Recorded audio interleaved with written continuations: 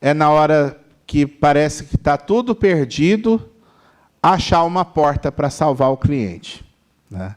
Então, os advogados foram lá no TST com a seguinte tese: aplicar a prescrição intercorrente ofende a Constituição Federal, porque isso é uma afronta à coisa julgada. Gente, não é afronta a coisa nenhuma. Afrontar a coisa julgada é você, na execução, interpretar de forma contrária ao que foi dito na decisão. Respeitosamente, a minha compreensão de coisa julgada é nesse sentido. O TST disse que não, que realmente aplicar a prescrição intercorrente implica em retirar os efeitos materiais, os efeitos concretos da sentença. E isso implica numa violação à coisa julgada. O Supremo fala que não tem afronta à coisa julgada, que a prescrição intercorrente não é matéria constitucional. Então, percebam, o que explica? Um tribunal infraconstitucional reformar a decisão dizendo que a questão é constitucional. E o guardião da Constituição diz que não é. Justamente porque o que a gente percebe é que nessas questões, mesmo de execução, em que há um entendimento mais consolidado no Tribunal Superior do Trabalho, haveria uma disposição maior de acolher o recurso de revista em cima de preceitos mais genéricos da Constituição. Então, se eu insistir aqui em não aplicar a instrução normativa, os advogados que forem mais laboriosos, eles vão aprender o caminho das pedras. Eles vão invocar a violação do princípio constitucional do contraditório, devido processo legal, ampla defesa, direito de propriedade.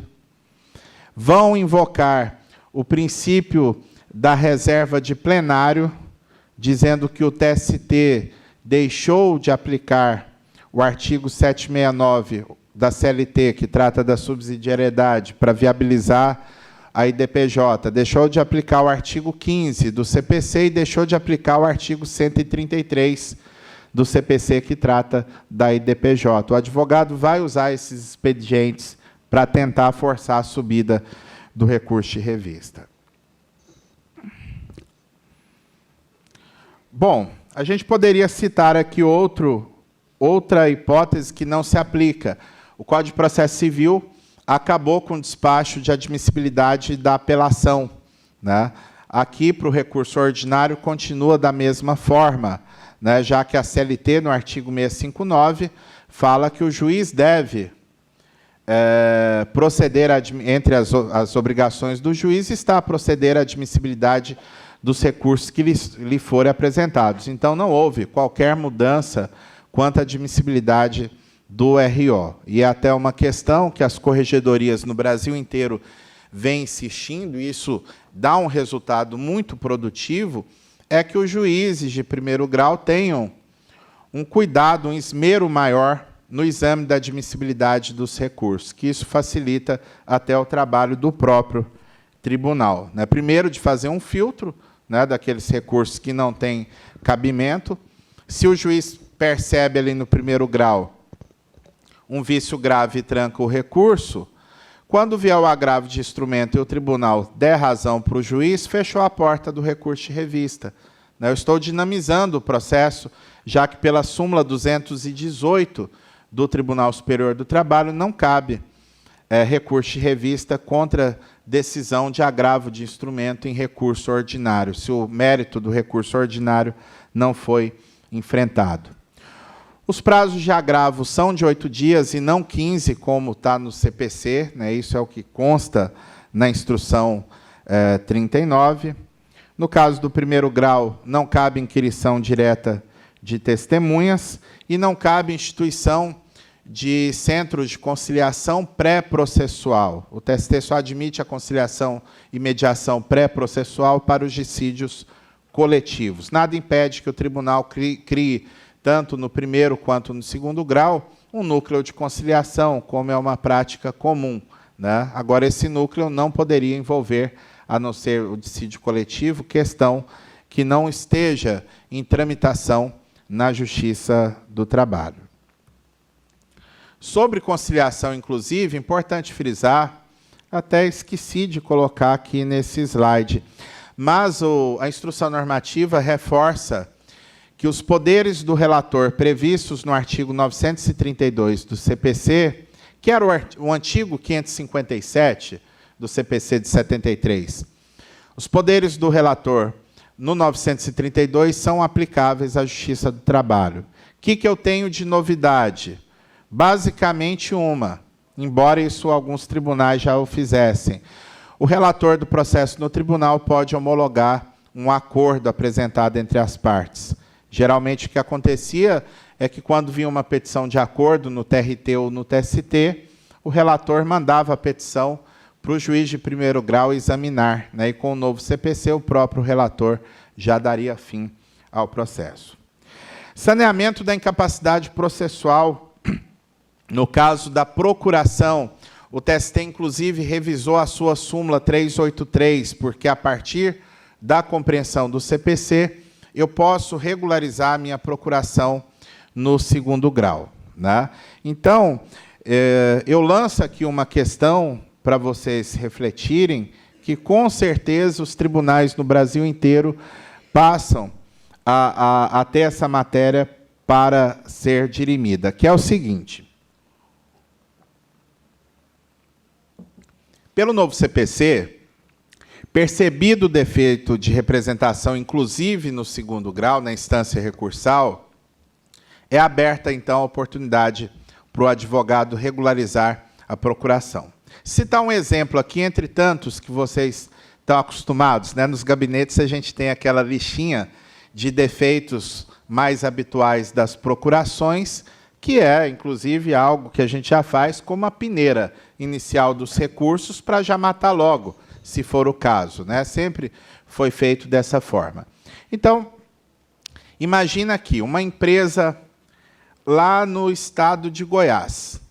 A empresa chamava Brasil Foods S.A. Quem não conhece Brasil Foods S.A.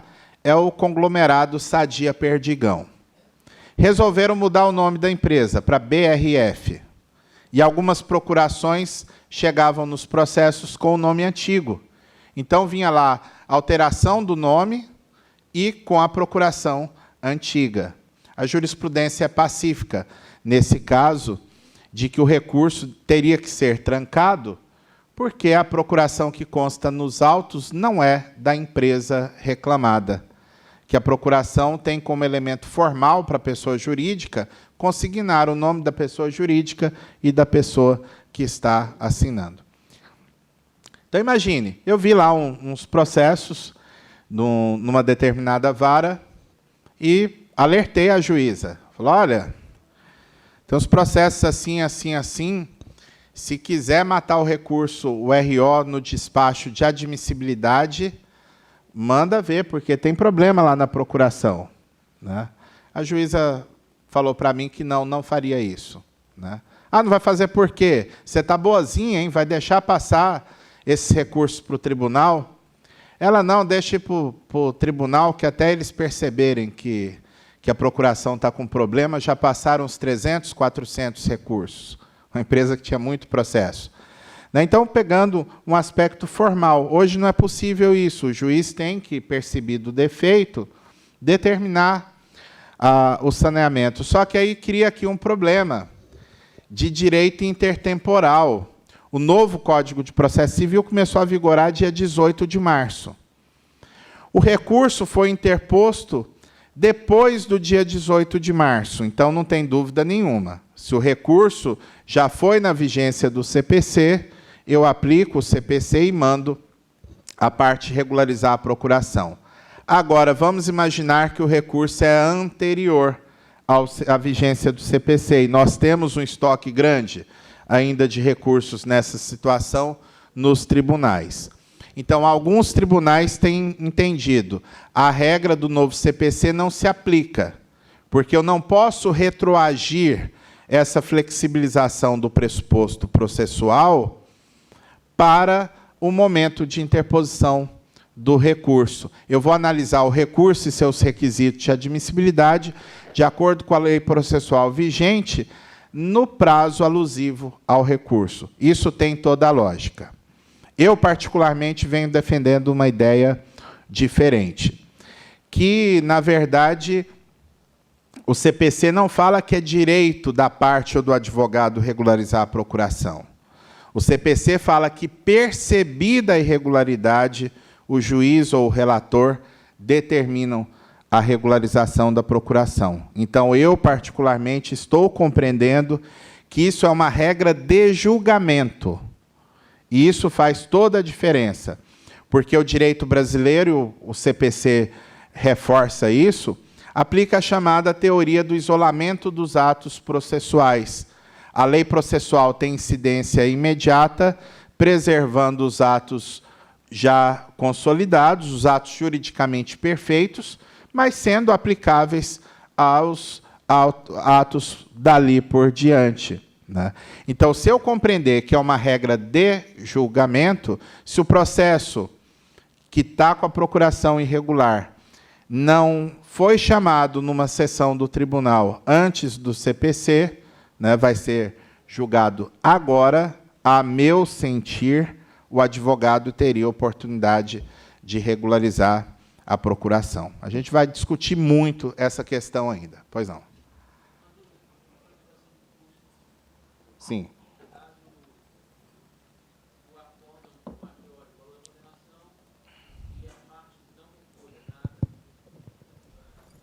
Perfeito. A parte não observe isso. Isso seria uma questão de complementação ou apenas se ela tivesse recolhido, porém, a menor, e aí, nesse caso, teria que dar a oportunidade dela corrigir? Sim, a parte não complementou as custas. Primeira situação, o tribunal não arbitrou o novo valor, então está tudo certo.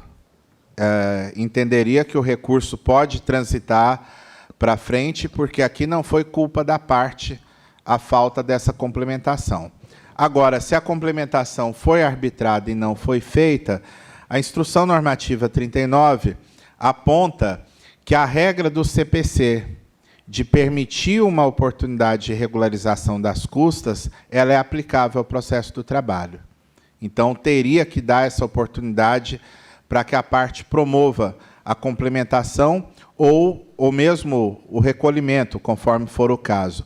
Porém, o Tribunal Superior do Trabalho insiste que isso não vale para os depósitos recursais. Essa questão do depósito recursal, ela vai muito longe ainda, né? O TST reitera a sua jurisprudência, que mesmo depois do CPC, o CPC diz lá no artigo 100, né, que entre os benefícios, por exemplo, entre os benefícios da justiça gratuita, está a isenção de depósitos necessários para a interposição de recurso. E o Tribunal Superior do Trabalho vem dizendo que essa regra não envolve o depósito recursal da Justiça do Trabalho. A lógica do TST é que o nosso depósito recursal não está regulamentado pelo CPC. E, por isso, ele não observaria essa flexibilização. Eu, particularmente, tenho minhas dúvidas, né? Tenho minhas dúvidas por quê? Porque a própria CLT hoje, desde a Lei 13.015, que é de setembro de 2014, que mudou o recurso de revista, criou os nossos repetitivos, né? O artigo 896, parágrafo 11 da CLT, fala que o tribunal pode superar defeitos de menor gravidade no recurso, seja determinando o saneamento, seja, inclusive, deixando para lá, superando mesmo e enfrentando o mérito do recurso. Um exemplo que a gente poderia dar aqui, pegando o mote do que o nosso colega questionou, da questão da regularização das custas. Tem uma OJ do Tribunal Superior do Trabalho, acho que 245, salvo engano, que fala que o recurso é deserto mesmo que a diferença seja ínfima de recolhimento, relativa a centavos, né? Então, imagina, o advogado preencheu a guia incorretamente, né? Outro dia até um juiz brincou comigo, eu falei, gente, não pode, jurisdição não pode servir para isso, não. Pode até acontecer esse risco, mas não pensado. O colega falou assim, não é bom publicar a sentença líquida, porque sempre fica centavo lá, o pessoal acaba errando na hora de preencher guia de recolhimento. Não dá, né, gente? Então, botou lá, as custas eram 98 centavos no final, algum valor com 98.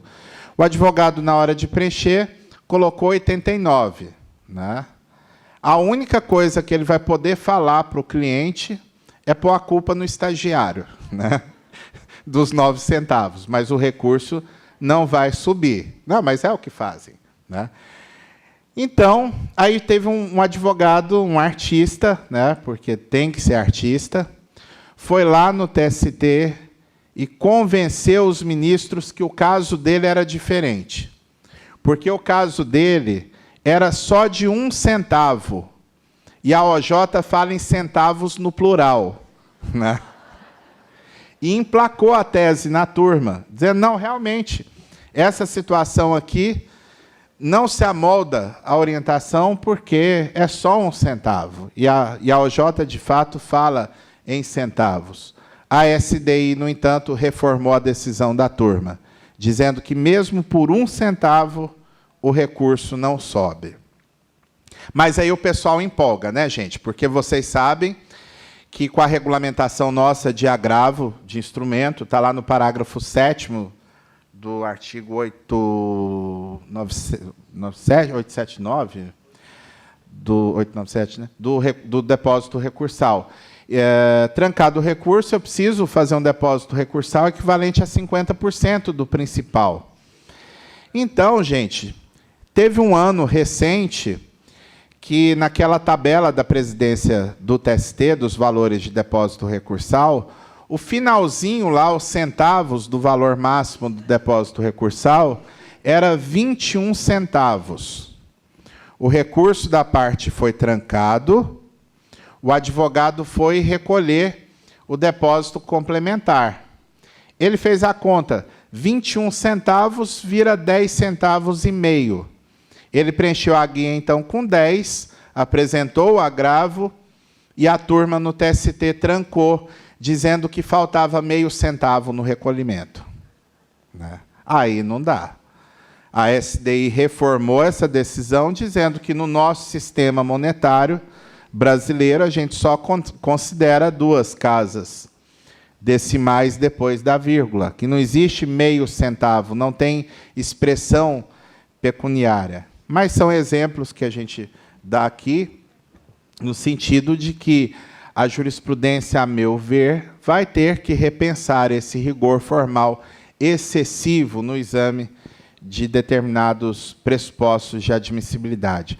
A questão do depósito recursal mesmo, ela está no Supremo Tribunal Federal. O Supremo reconheceu a repercussão geral acerca do cabimento de depósito recursal para fins de recurso extraordinário na Justiça do Trabalho, porque para os demais segmentos de justiça não se exige o recurso extraordinário, o depósito recursal. Eu arriscaria dizer aqui no exercício de vidência que, muito possivelmente, o Supremo vai dizer: o depósito recursal na Justiça do Trabalho sempre é constitucional, porque ele tem uma razão de ser, pela particularidade do crédito trabalhista, que é alimentar. Mas ele não pode impedir o acesso às instâncias recursais daquele que não tem condições de arcar com esse tipo de custo do processo. Qual a lógica? Dizer para uma empresa que foi condenada em R$5.000, dizer, olha, eu realmente reconheço que você provou aqui a sua situação de hipossuficiência, então não precisa pagar as custas, né? Que daria quanto, gente? R$5.100, né? Então está dispensado dos R$100, mas para recorrer vai ter que depositar os 5.000. Não adianta o argumento jurídico de que não tem natureza de taxa judiciária, que é uma garantia de uma prévia hipotética execução, mas a lógica não se compatibiliza com acesso à justiça. A posição da jurisprudência do TST, no entanto, é firme, no sentido de que, como o depósito recursal não é tratado no CPC, não cabe nenhum tipo de flexibilização, não cabe dispensa e não cabe também dar prazo para completar ou mesmo comprovar o recolhimento. Uma guia de custas que esteja ilegível, eu mando juntar de novo. né? Agora, uma guia de depósito recursal, não necessariamente, porque para essa despesa não teria previsão no CPC. Só para ser mais claro, a nossa dúvida é o que seria a complementação de custos. Num outro exemplo, a reclamação foi improcedente, e no segundo grau houve a inversão. A parte, então, agora a reclamada vai ter que recolher custos para recorrer de revista. Se ela não recolhe, seria uma complementação? Não, né? Não. Porque no nosso caso da admissibilidade de recursos de revista, a gente só está considerando que tem que notificar para corrigir se ela foi instada a recolher. Recolheu, porém a menor. Isso. Se de alguma forma ela foi instada a recolher, seja no caso da inversão, ou seja no caso de ter sido majorado, mas não recolheu, a gente está considerando deserto. Isso. É porque, na verdade, a gente vai ter uma discussão sobre isso, que, sem dúvida, está menor. Me parece que o norte do CPC é que, se eu percebi a diferença menor, eu, independente de qualquer situação, mando complementar. Mesmo nesse caso, em que houve majoração, ele não recolheu, seria compreensível, seria mais seguro o tribunal determinar a intimação, e ainda que o Tribunal Superior de Trabalho depois declare a deserção, porque haveria um fundamento dentro do CPC de se compreender que a parte tem essa chance. Até porque o CPC permite, inclusive, naquela situação em que não depositou nada, né? O juiz, ainda assim, tem que intimar para que comprove o depósito, que, nesse caso, vai ser em dobro, né? Não há jurisprudência ainda, ao que sei, no âmbito do TST, se caberia essa dobra. A meu ver, sim, porque a instrução sinaliza pela aplicação do artigo em si do CPC, que trata... Ela não exclui esse trecho. Oi? A instrução 39 não exclui esse trecho. Não, não. Ela só faz menção, ela exclui o depósito recursal. Não faz exclusão específica da questão da dobra, e aí vai ter interpretação, se aplica ou não aplica. Tá? O amicus curiae é uma novidade do CPC, embora já esteja na CLT, na sistemática de recurso repetitivo. A novidade aqui é que é generalizado pelo Código de Processo Civil. Um exemplo que poderia citar aqui. Falei numa rodinha de juízes semana passada. Eu estou afastado da jurisdição por conta da convocação para o TST, mas eu hoje, se tivesse que julgar questões de negociação coletiva, eu intimaria os 2 sindicatos convenientes para ingressarem à lide como amicus curiae, justamente para que eles tragam a sua impressão acerca daquela negociação coletiva. Aí um colega falou assim, de jeito nenhum, isso não é questão de amicus curiae. Eu venho aqui, faço o controle de legalidade e pronto. Segunda-feira passada, o TST discutiu longamente no pleno se ia revisar a sua jurisprudência sobre norma coletiva, e o tribunal resolveu reiterar a jurisprudência, que continua seguindo os parâmetros, não pode flexibilizar o que está na lei acima do que está tolerado na Constituição. O exemplo típico era a hora in itinere de forma indenizatória, o TST falou que não pode, porque é salário, tem que pagar com as repercussões salariais todas, né? E o ministro Brito Pereira, que era corregedor na gestão passada, possivelmente será o futuro presidente do TST, ele defendeu a ideia que o ideal é que chame os sindicatos mesmo para que eles se manifestem, que é a única forma do juiz do tribunal compreender o que aconteceu ali naquela negociação coletiva, o que foi dado em troca do quê. Né? Então, seria um exemplo aqui, o PJE, inclusive, tem que ser adaptado. A gente vai fazer uma revisão de todos os perfis, talvez esse ano ainda, e nessa revisão deve entrar um perfil específico para o amicus curiae.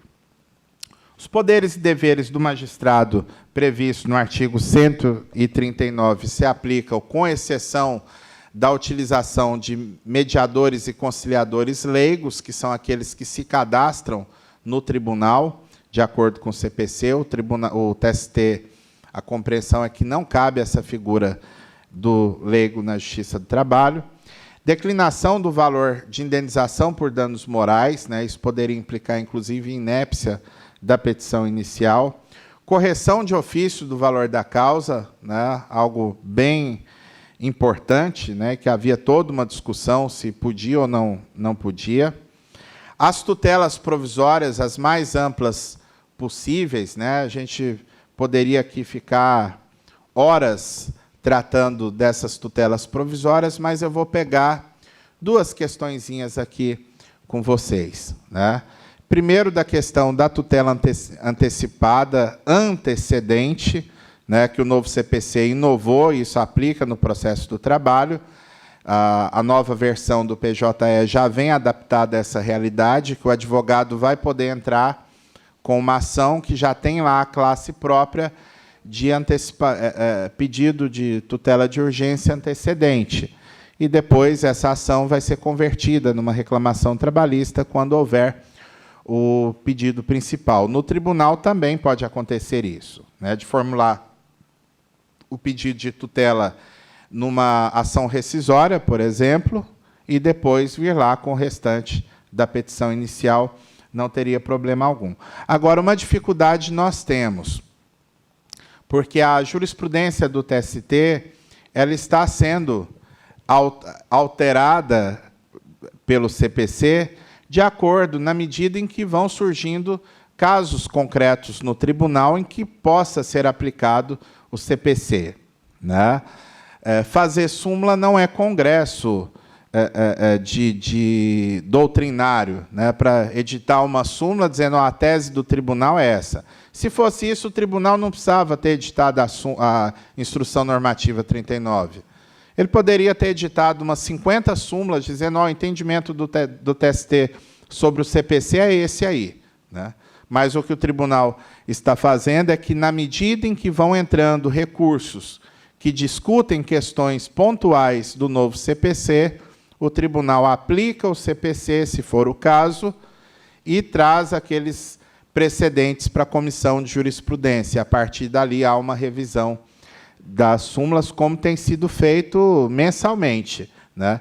Então, a gente tem alguns problemas, que a gente poderia listar dois aqui com vocês, de questões que vocês lidam no tribunal. A primeira delas, qual o meio processual para obter efeito suspensivo a um recurso trabalhista?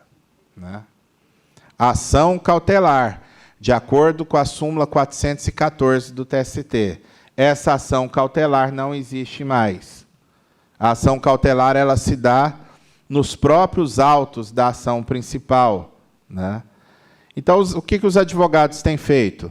Eles têm entrado com ação cautelar, autônoma, e vai lá e peticiona nos autos também do recurso. O advogado está corretíssimo.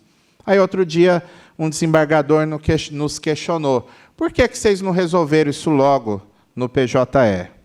Eu disse a ele, a gente não pode resolver. Primeiro, não tem como excluir uma classe processual que tem ainda um saldo remanescente importante de processos. E, em segundo lugar, enquanto o TST não revisar a súmula do TST que trata desse assunto, não é a coordenação do PJE que vai dizer o que é certo e o que é errado. Né? É preciso que se deixe essas duas possibilidades. Né?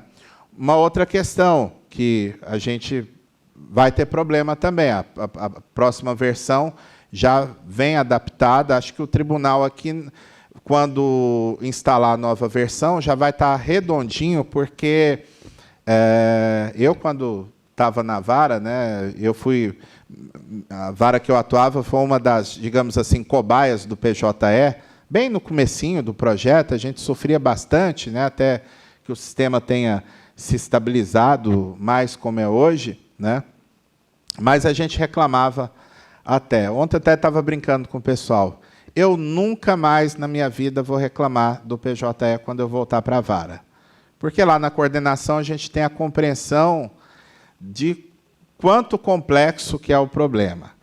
Então, nós tivemos todo um trabalho, saiu a instrução normativa do TST, então a gente convocou uma equipe de juízes, desembargadores craques de processo civil, e com colaborações de gente do Brasil inteiro, para indicar o que precisa aqui adaptar o PJE ao novo Código de Processo Civil. Então, muita coisa já vem nessa versão. Alguns fluxos, aquelas ações tipo incidente de assunção de competência, o incidente de resolução de demanda repetitiva, e com fluxos abertos, né? Porque essas ações, pelo próprio Código de Processo Civil, tem algumas questões que dependem do próprio regimento interno do tribunal. Saber, por exemplo, qual órgão será o julgador. Então, a gente deixou um escopo de fluxo um pouco mais aberto, né? Mas, aquilo que foi possível, as classes processuais, fizemos tudo, né? Quando a versão estava pronta para ser lançada, a gente, por acaso, descobriu que 2 dias antes o CNJ tinha mudado a tabela de classes processuais e não nos tinha avisado, porque não tinha dado tempo ainda, né? Basicamente, o que o CNJ fez? Aqui está a tutela provisória, que no início eles entenderam que aquela tutela não aplicava para a Justiça do Trabalho. Então, a gente preparou o PJE para ler com o código geral que estava lá no CNJ. O CNJ disse que não pode usar, que tem um código específico para a Justiça do Trabalho. Então, na segunda-feira, já está saindo uma revisão da versão nova, que vocês nem estão usando ainda, para resolver essa questão das classes processuais. Então, uma outra questão processual que a gente chama a atenção de vocês. Como é que eu faço para retirar a eficácia da coisa julgada proveniente de um acordo, gente, homologado por um juiz? Ação rescisória, né? Está lá na súmula 259 do CPC. No entanto, essa ação rescisória só vale para os acordos homologados antes do novo Código de Processo Civil. O CPC acabou com a hipótese de rescisória de acordo. Para fins de acordo, eu vou entrar com a ação anulatória, né, que é, inclusive, de competência do juiz de primeiro grau, né? Mas a súmula 259 está lá intacta, né? Então, a gente, a princípio, o que vai fazer? Vamos habilitar a nova classe processual e os tribunais vão interpretando. Se o advogado entrar com rescisória, se cabe mesmo rescisória ou se extinguiria, né, indicando que a ação, o meio processual, seria outro. Então, vamos passar aqui para frente, já, inclusive, caminhando mais para o fim. Juízo de retratação do recurso ordinário, né, se o juiz extingue o processo sem resolução do mérito, ele tem 5 dias para se retratar. O dever de fundamentação, aqui está um ponto que gerou muita polêmica, e está gerando muita polêmica. O TST simplesmente disse que aplica o artigo 489 do CPC, e, por isso, os juízes e tribunais deverão observar o dever de fundamentação. Mas, claro, vamos pensar aqui uma questão bem complexa. O CPC fala no artigo 489, indica que uma decisão fundamentada deve enfrentar todos os fundamentos relevantes e que possam interferir no julgamento da causa, né?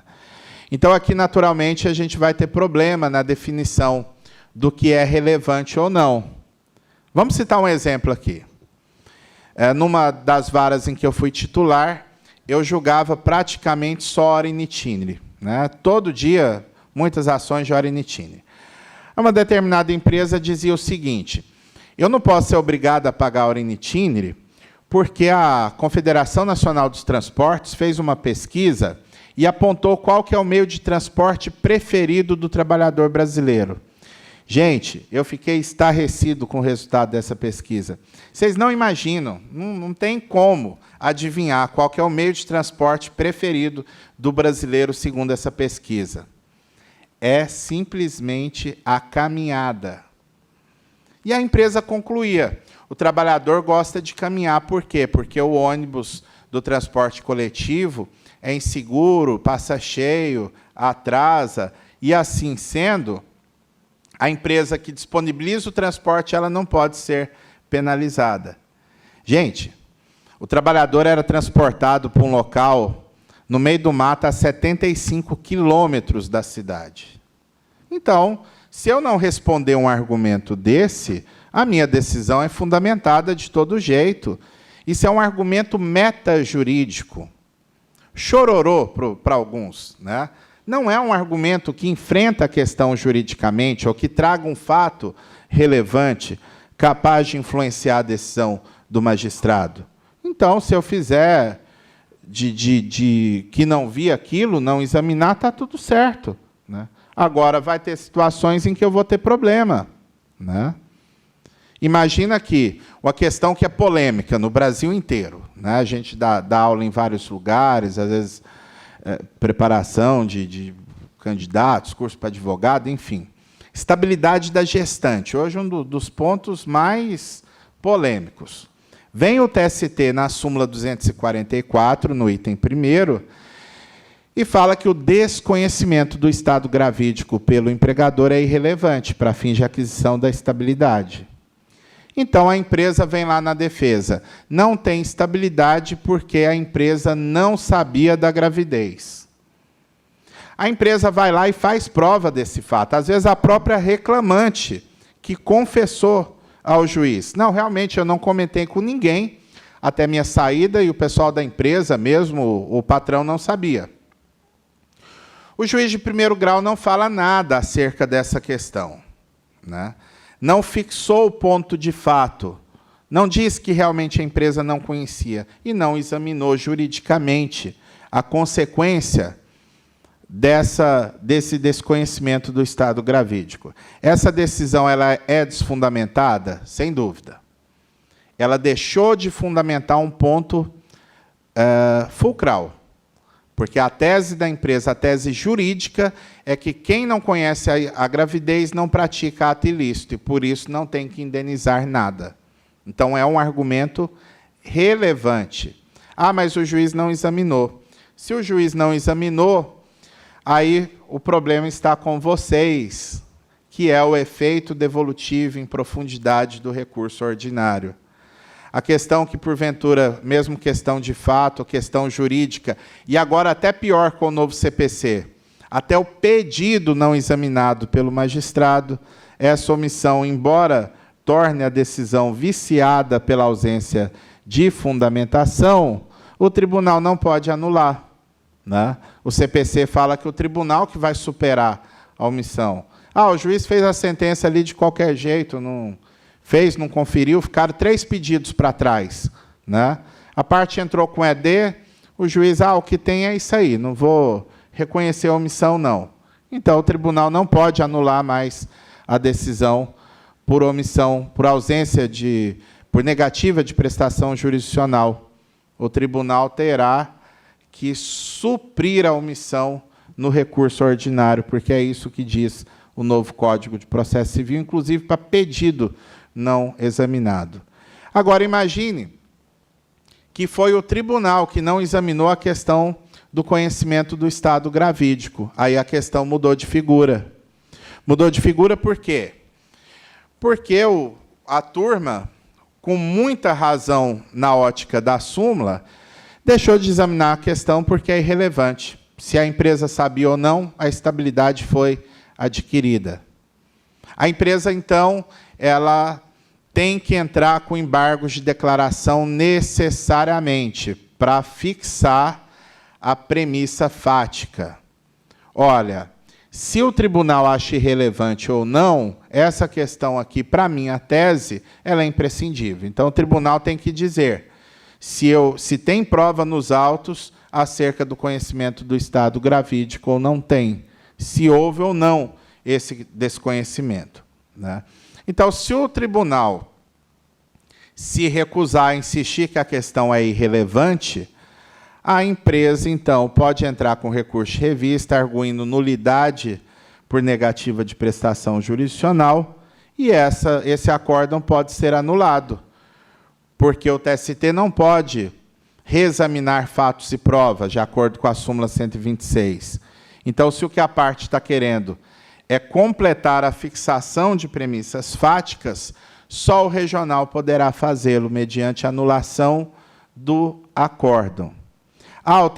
O TRT disse que realmente a empresa não sabia da gravidez, mas que isso é irrelevante. Então, tudo bem, porque eu fixei a premissa fática.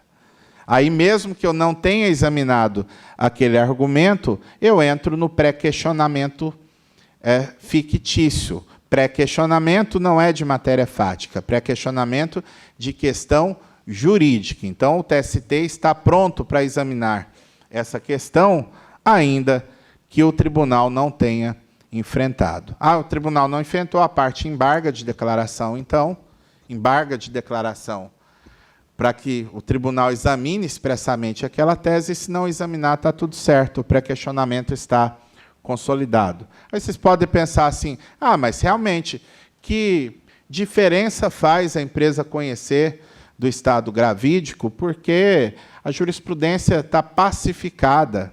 Não está pacificada não, gente. Está pacificada no TST, mas o Supremo Tribunal Federal deu repercussão geral também nesse assunto. Se a empresa pode ser condenada a pagar uma indenização de uma estabilidade de uma gestação que não foi a ela dado conhecimento. Então, a gente não sabe qual vai ser a decisão do STF acerca daquela matéria. Então, as cortes têm que levar essa questão como relevante para observar aqui o dever de fundamentação, né? Por outro lado, é importante a gente lembrar aqui também que o Supremo Tribunal Federal, num processo trabalhista, ele fixou um precedente em repercussão geral sobre essa questão do dever de motivação, dizendo que a decisão observa o princípio da motivação, mesmo que ela não enfrente todas as alegações das partes. Se no conjunto se demonstrar que foi examinadas as teses jurídicas e os fatos, a decisão está regular. Esse precedente é verdade, é anterior ao novo CPC, né? Porque ele examina a questão do ponto de vista do artigo 93 da Constituição e não do novo Código de Processo Civil.